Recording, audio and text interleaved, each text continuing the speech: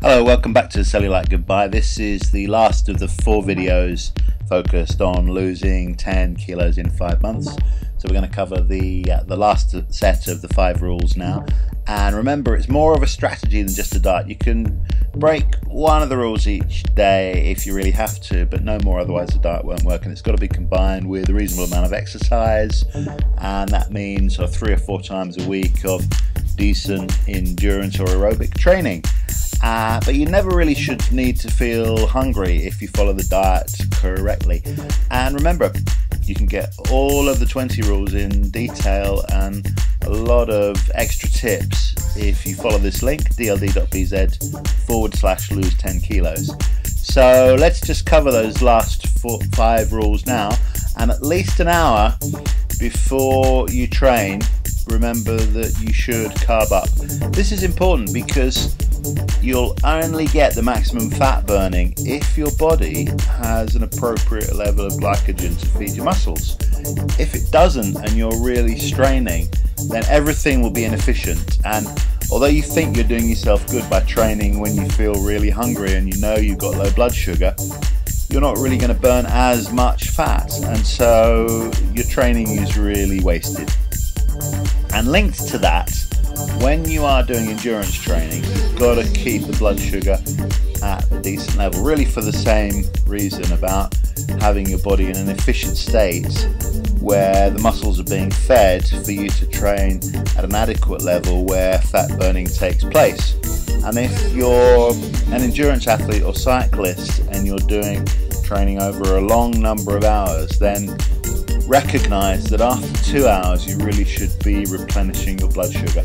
If you go any longer than that and you get into the zone of hunger knock, which many of you cyclists would know, then again your blood sugar depletes very quickly and you start to feel really bad, and the training just isn't worth doing.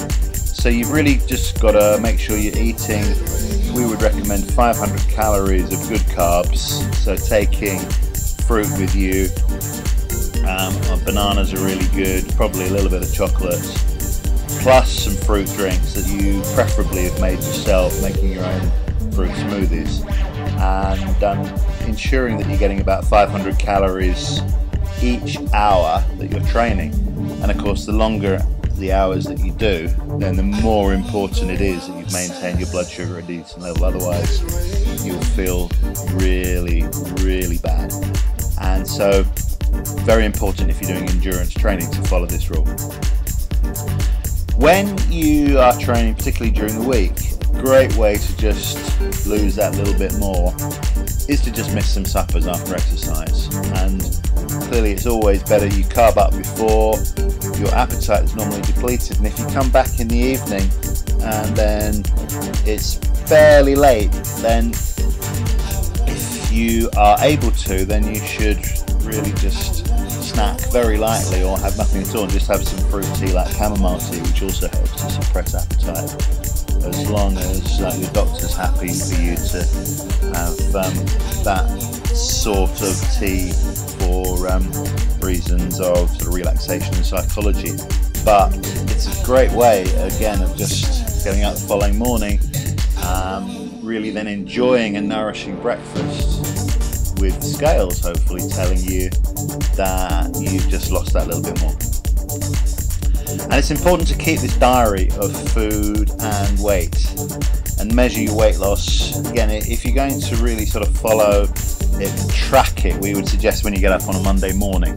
That's really the measure, and also that gives you the chance to train really hard Saturday, Sunday if you want to, and really watch your food intake during Sunday and Sunday evening just to keep on track. And again, when you see that change positively down on a Monday morning, it sets you up for continuing with the discipline for the rest of the week.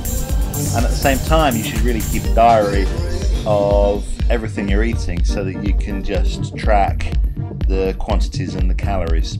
Again, don't go crazy on it, just enjoy it, but try and set aside somewhere in your either written diary or your PC calendar just to make a note and keep your own record. And it is fun to just go back and look and see what you've achieved. And the final rule is to just make this fun. Treat yourself often and stay within the daily calorie limits. But if you do, then why not have some treats? Why not have some chocolate or some ice cream? As long as it's a good brand and you can really be assured that the ingredients are more organic, clearly that the chocolate is high in organic cocoa content, and if possible there are no E numbers or additives. But it's important to give yourself lots of treats, and then as long as you're staying around or within the daily calorie limits, then why not? Because you deserve it. You're showing great discipline and you've got to make it fun. So that's all 20 rules covered on these 4 videos. We really hope you've enjoyed them. You will benefit from them as long as you stick to the strategy. Again, you can get more details, as we said, on dld.bz/lose10kilos. And remember this product that we've told you about before. You can get details of the L-Total CLA. This is a beef protein compound that you can get in small gel form that really complements the breakdown of cellulite. dld.bz/cellulite go is the link straight to get that product. And so we've got that link again for you here. Keep in touch with us on cellulitegoodbye.com and get the ebook from us on dld.bz/lose10kilos. And just while you're with us again, if you want to get a more interesting and detailed program about comprehensively toning your abs, then there's a link for that, dld.bz/see-your-abs. So, hope you've enjoyed this series of videos from Cellulite Goodbye. Good luck with losing your 10 kilos in 5 months. Stick to the strategy and it should happen. And keep in touch with us on cellulite-goodbye.com. We'll see you soon.